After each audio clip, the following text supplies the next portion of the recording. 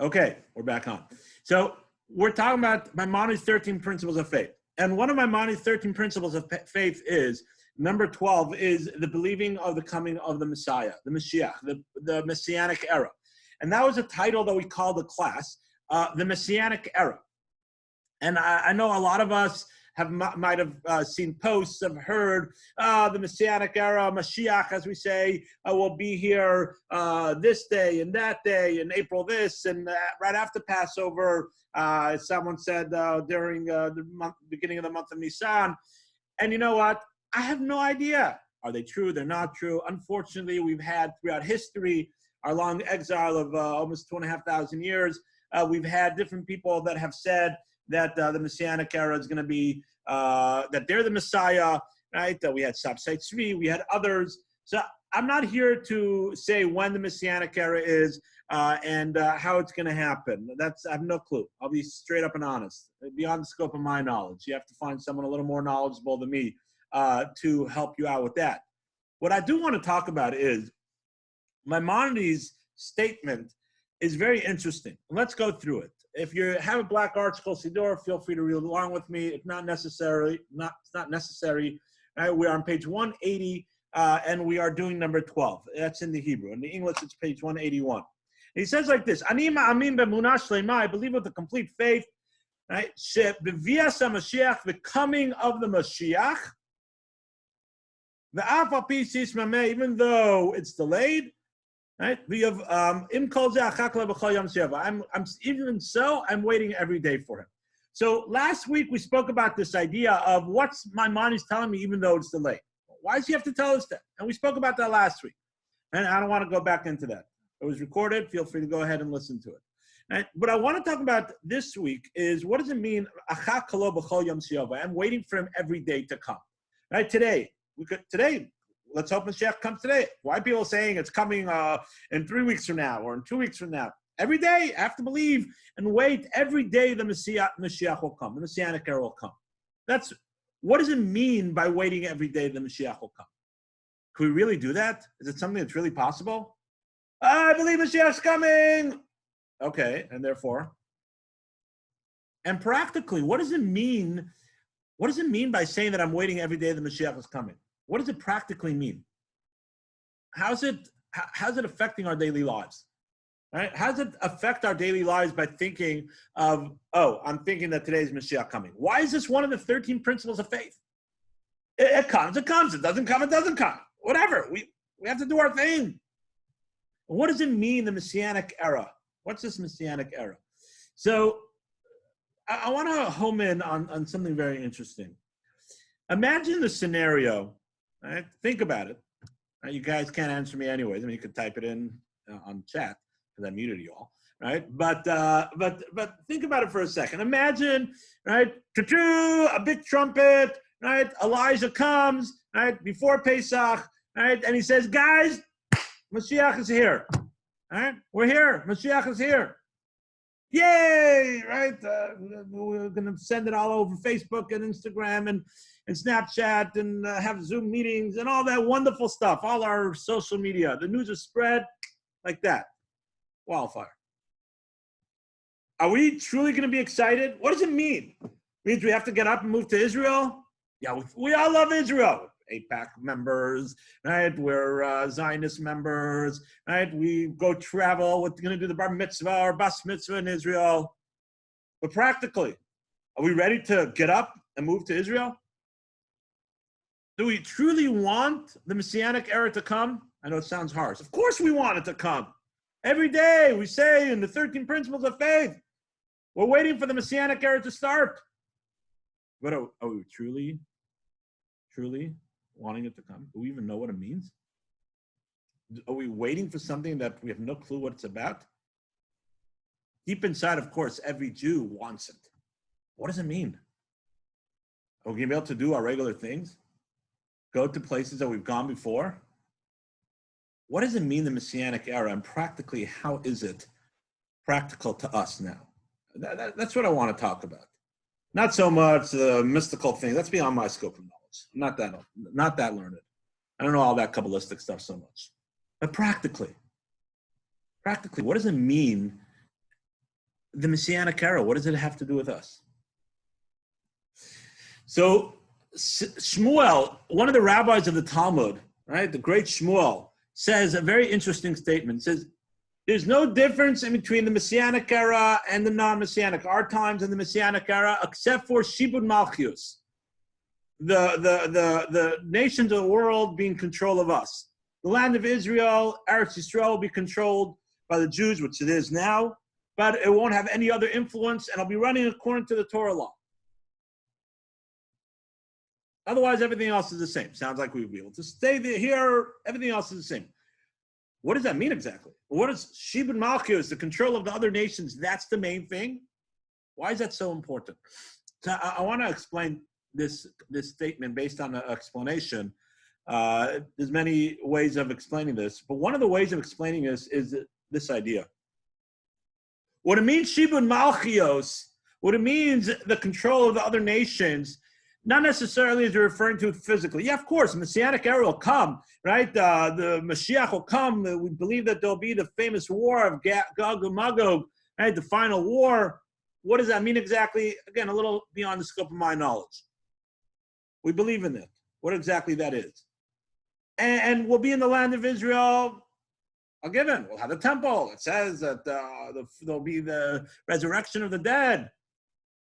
So why is it emphasizing on Shibud Malchus, this concept of the control of the nations?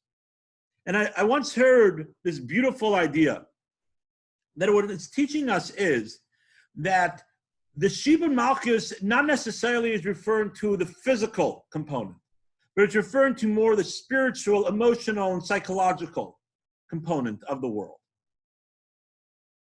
As we asked before, are we really ready for the Messiah to come? Are we ready for that? Yeah, we all want it. We all pray for it. We say at the end of the Haggadah, L'shana haba b'Yerushalayim, and we sing it, L'shana haba b'Yerushalayim, and we sing it, we get involved, we get into it. Next year in Jerusalem. Do we truly mean it? We have a different shibud. Shibud means to say someone that is on top of us. Right, someone that we hold. We have to hold we have to hold accountability to. That's what shibud is. Someone that we have to hold accountability to. Someone that has control over us. We have a physical world, the physical realm that we feel responsible for. We feel that it's controlling our lives to a certain degree, and we don't even realize it. We just live in it. And that's true, because that's how we live. We live our days every day, right? Then we do this, we go to work, and we have to. Don't get me wrong, we have to do it. But we have a lot of things that we feel that we have to do. We have to go to certain places. We have certain things that are tying us down. That's shibud. That's being controlled. So say the commentaries, right, and we'll expand on this, right? Say the commentaries that what it means, Shmuel, right, statement that there will be no difference except for Shibud Malchus means to say that the yoke of the physical world will be lifted off of us, which is a tremendous difference. Why is that? Say the commentaries because when the Mashiach will come, it will be a sort of a revelation of something that we know about, but we haven't been able to actually touch. We know that God is hidden from us. Aster Panai, it says in the Deuteronomy, the end of Deuteronomy. God will hide his face from us. Ani Aster Panai, I'll hide my face from you.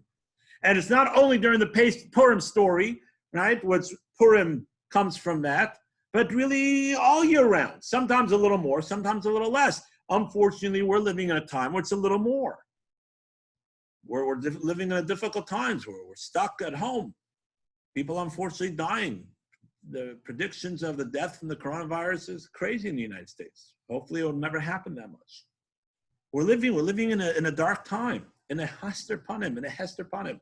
But say the commentaries, there's a daily Hester Panim. There's a daily idea of God hiding from us, meaning to say that we can't see God. We just can't. We cannot see God. God created it that way. God created the laws of nature around us that we either believe that that is God orchestrating it, or we say, oh, there's nature. God created our desires in our physical body to make us have struggles, like we spoke about Monday night a little bit. Our physical body's there to allow us to have the struggle, not to be able to connect completely to the spirituality. And that's why we have our struggles. And that's part of our shibud, our obligations is to the physical world, because we not necessarily, our belief is not that strong. Even if you have a strong belief, it's not 100% proof. We're technically all, I know this is going to sound a little harsh, but we're technically all agnostics. You can't prove there is no God, so you're not an atheist, even if you want to say you are. Right? You can't prove there is no God. And we can't 100%, yes, there's logical explanations, and we can have a whole conversation about this, and be more than happy to have a class about this, proving the existence of God, right? And we talked about it in previous classes. But 100% proof, like I'm holding a siddur in my hands right now, can't, because God is hiding from us. We can't see God. So we're on the spectrum of believers. We call it believers, right? But we can't 100% proof. Even the most righteous in the world, because we're in this physical world. There's a covering. There's this physical covering that's covering over us. And therefore, say the commentaries. So what does it mean that God will reveal himself in the end of days? What does it mean that our Shibud Malchios, our obligation to the physical realm, the obligations of the physical realm? What Malchios means kingship. Right? We know that there is Malchus Shamayim, the kingship of heaven, and then there's Malchios Ha'aretz, the kingships of the world. We might not have kingship right now. Right? We have this kingdom, king and the queen of England, right? But the idea of real kings and queens, we don't really have now. But the concept of it means to say the people that are running the physical world. And then there's God. But Malchus Shamayim, the kingship of heaven, is hidden to us sometimes. So what's going to happen in the end of days? God is going to reveal himself, whatever that means, right? But the yoke of the physical world, the kingship of thinking that the physical world is really what's running it, the nature, right? Our commerce, right? Our science and everything else. God is going to make us realize that that is not, in essence, controlling what we're doing. But God is allowing it to happen. So our shibud, our obligation to science, our obligation to commerce, our obligation to nature and to everything else will fall apart, because those are being controlled by God. So our shibud malchios, our obligations, our need to be more involved and govern our lives based on the physical world will be gone. So now we have our relationship with God. So if you really think about it, right, it's beautiful. What is the end of days? The end of days is Messianic era, is really a time when we have no evil inclination. It says that God will slaughter the evil inclination. We'll have no evil inclination at the end of days. Will be a time of not having any struggles of, so we wear our kippah at home, right? So we make a blessing over our food, right? So we come to a class, right? So we learn a little more. So we speak evil against someone else, because our physical body's not in control anymore. Our soul, our neshama, is going to be able to expand itself, because the physical control is gone. God is going to get rid of the physical control. So now, how do we prepare for that? Imagine, right? You're taking someone that's been living their whole life in outer space, right? Someone's been living their whole life in outer space. One day it might happen. Right? Hopefully Mashiach will come before that, right? But one day it might happen, right? Someone's living out of space his whole life, and he's living with oxygen masks and artificial oxygen in the homes and all that stuff. And then he finally does a big trip and he comes to Earth. Just putting him straight into Earth, right? His body's not going to be able to handle it. And I'm no scientist, but I know this is true. The body's not going to be able to handle it. You have to slowly but surely, gradually get him to be able to wean him off the artificial oxygen, right? And get him to be able to accustom to be, first of all, on gravity. And even astronauts have been up in space for a long time, right? They have to get used to it, even though they were born on this earth. So let's think about this based on our relationship with the end of days, the Messianic era. If the Messianic era is time when we're gonna the obligations to the physical world are gonna fall apart. Shibud Malchus, this obligation, this overall of the physical world controlling us, and we're gonna have the recognition that really God is the one that runs everything, and we're gonna have this concept of connecting only to God. We're going to have a shock of our lives. I'm being straight up. Yeah, we're dying for it. We're waiting for it. But let's be practical. You can't just jump into it. We're going to have to swim like throwing someone into the deep end. We'll have to figure it out. But we have the time now to reflect and to think. What can we do to prepare ourselves for it? My friends, that is the point of Maimonides' 13 Principles of Faith. Maimonides is trying to tell you and remind you, we don't know when the Messianic will come. But I should wait every day that he comes. And if I'm waiting every day that he comes, I have to make sure that I'm prepared for that. If I say the Messianic era will come in 20 years from now, okay, I have 20 years to prepare myself for it. How do I prepare for that? We'll talk about that in 1 minute. But I have 20 years to prepare. So, I'll make a thing on my calendar, and 15 years from now, all right, I'll start preparing, give myself 5 years, 10 years from now. But if I believe that every day the Messianic era could come, and like we spoke about last week a little bit, right, that's why Jacob did not tell his children when. God did not want to reveal to Jacob when the Messianic era was to come to tell his children, because he didn't want him to say, well, it's then. No, we believe that every day the Messiah could come. And therefore, what do we have to do? We have to prepare. We have to do something to prepare for it. How do we prepare for it? That's a good question. But we first have to make sure that we realize that we have to prepare for it. We can't just jump into it. It's a whole different realm. It's a whole different concept. Something that we won't be accustomed to. I believe. And that's an emunah, a faith that I have to every day realize that I have to prepare for it. I have to do something because it could be it's coming today. It could be it's coming tomorrow. And if I don't prepare for it, I'm not going to be ready. So how do we prepare for it? Just like anything. If we know what we are aiming for, then we could prepare for it. So as we just finished saying, what's the idea of the Messianic era? And the Messianic era is that we are going to be in a realm where the physical world is not the main thing and it's not controlling us. And we'll realize, right, that the physical world is not the end of all things. It's a necessity to be able to do the spiritual world, right? As we spoke about in the past, if I don't have a hand, I can't put on my tefillin, right? If I don't have a mouth, I can't say a blessing. I can't stop from saying something bad, positive or negative. If I don't have a hammer or nail, I can't build a fence around my roof. This is a mitzvah. If some people use the roof, it's a mitzvah in the Torah to build a fence around it. Speak to Jimmy; he'll help you out. Right? But it's a mitzvah. It's a commandment. So the physical world is there, right, to help us do the spiritual, not flip-flop. Not the way we're living in our lives. We have our physical world and the spiritual world sort of comes in.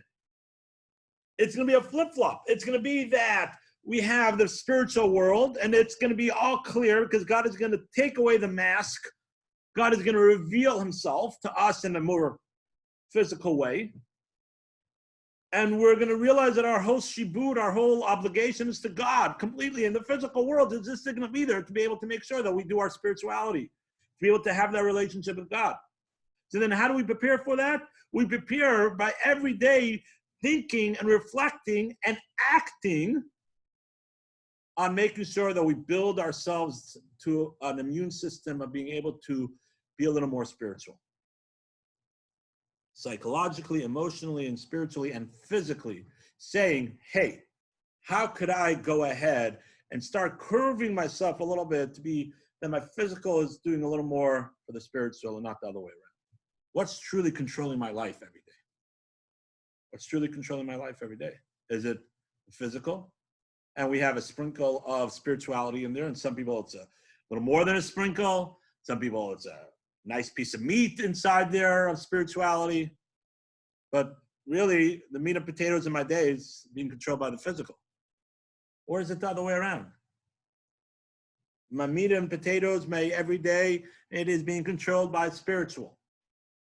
And I have the physical is there to enhance it and to make sure that I'm able to survive in this physical world that we live in. That is how we prepare for the end of days. And each one of us has different examples and things we have to work on. It's not all or nothing. Every day we have to work on something new. Every day we have to strengthen what we are working on. So I just want to throw out a couple of things, and then we'll end with this. We're going to try to keep this to half hour. All right. I just want to end off with just a couple of thoughts of things to reflect on. And again, each one of us has our own thing to internally reflect on. But one of the things that we really have to think about, right, especially with everything that's going on, right, is the idea that we are not in control. And I'm sure you've heard this from many people and many talks and many lectures and many posts, right? Even in the Senate, they said, oh, God is in control. That's beautiful. But it's more than just hearing things. It's internalizing it. It's making it part of me. We hear a lot of things, but how do we internalize it? How do we make it part of ourselves? I'm talking to myself also. We have to internalize it. We have to make it part of who we are. It says, Vayishma Yisro, Yisro heard. I've said this before. Yisro heard. Everybody else heard also. Why is it specify Yisro that he heard? Say the commentaries, because Yisro heard and he internalized it. He took action. See, yes, we are being inspired. And thank God a lot of people being inspired and say we realize that God is really the one that's in control. Right? Look, everything's been shut down almost. But now what are we going to do about it? How are we going to internalize it? How are we going to make it part of ourselves? That this knowledge and this concept is going to stick with us. Because if we don't do anything about it, God willing, when things go back to quote unquote normal, this inspiration sort of going to wean out itself also.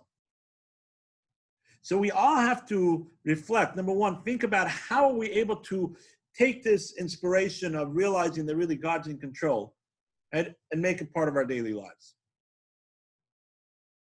I'll tell you one thought that I have, just going to share with you. One of the ways of doing that is by listening to what God wants us to do. More than what we are doing. Each one of us, again, we have a broad audience. Each one of us is doing different things. And it doesn't make a difference how righteous you are, right? How observant you are, how non-observant you are. We all have something to work on. So if we go ahead and say, hey, I realize that I need to work more on making sure that I make a blessing, right, over my food. Or I realize that I want to keep a little more Shabbat, this Shabbat. Or I realize that I want to study a little more, and I'm going to go to ace.com, chabad.org, Torah anytime, right, Torah.org, right, a slew of websites, and I'm going to say I'm going to study a little more. Whatever it is that one's doing, make sure I don't talk evil talk, make sure I give a little more charity, especially during these difficult times, if you're able to. I'm going to do a little more because that's what God wants me to do, because I want to instill within myself and say, I believe. I want to make sure that I'm putting it into my kishkis. I'm putting it into who I am, that I believe that God is really controlling everything. And therefore, I am doing an action to make that part of who I am, and not just a thought and it's going to easy come, easy go. That's how we start preparing for the Messianic era. God willing to come very soon. We don't know when it's going to happen. It has to be a constant growth. That's how we make sure that when the Messianic era hits us, we don't start feeling like we're totally out of place. We build ourselves up slowly but surely. And we say, God, I understand that you're in control. And how do I make that part of myself? Is looking, he gave us a whole guidebook, a whole list, a whole guidebook of things that we should do and things that we should not do. Those are ways for us to connect with God. So my blessing to all of us is that we should continue to focus on the things that we are doing. And the things that we are doing, reflect on them and say, I'm doing it because I want to build my relationship with God. Talk to yourself. Think about it. Say, I'm doing this because I want to build my relationship with God. Not just because that's what I've been doing, because I want to build my relationship with God. And then think about something that you can take on, a small little thing, but slowly but surely grow on it. And say, how could I show God that I'm truly believing that he's in control through an action, and take that on. One small thing, take that on and say, hey, I'm taking this on, right? To go ahead and try to connect with God and show that I want to be a person that will have a shibud malchios, but the malchios of God, not the physical world. Because that's really the difference between nowadays and the end of days. And that's how we, that's how we do what Maimonides wants us to do, to remember and to have a waiting every day for the Messianic era. It's not just, oh, I'm waiting and sitting on my bed and doing nothing. No, we wait through actions, right? We wait through doing something, through preparing ourselves. I'm waiting every day that he's going to come through an action, through doing something. Just a quick announcement. God willing, next Monday night, I will be holding another class. Topic to, I don't know yet, but I'll send out an email. Also, you might have seen in the email or on WhatsApp, either on my status or on some of the groups, I've started a morning minute, anywhere from 2 to 3 minute, quick, short insight. So if you're interested in getting it directly, email me or WhatsApp me, and I'll be more than happy to send it to you directly. And please enjoy. Feel free to share it on Facebook, on WhatsApp, or whatever. And it's all downloaded on my YouTube channel. And this class will also be downloaded onto my YouTube channel. Everybody have a wonderful day, and stay strong. And don't forget, internalize it.